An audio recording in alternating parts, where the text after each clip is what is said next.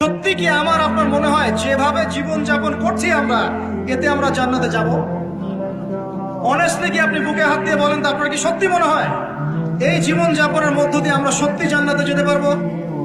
ছেলেপেলে কিশোর গ্যাংয়ে যোগ দিচ্ছে, ছেলেপেলে টিকটক প্রজন্ম হয়ে গেছে, ছেলেপেলে মেয়েদের পিছনে আড্ডাবাজি করে টাঙ্কি মেরে বেড়ায়, ছেলেপেলে মেয়েদের সাথে ওপেন জেনা করছে, মেয়েরাও জেনা করছে। কিছু কিছু বদ মেয়ের স্বভাব এমন, সে চাচ্ছে যেন তার সাথে জেনা করা হোক।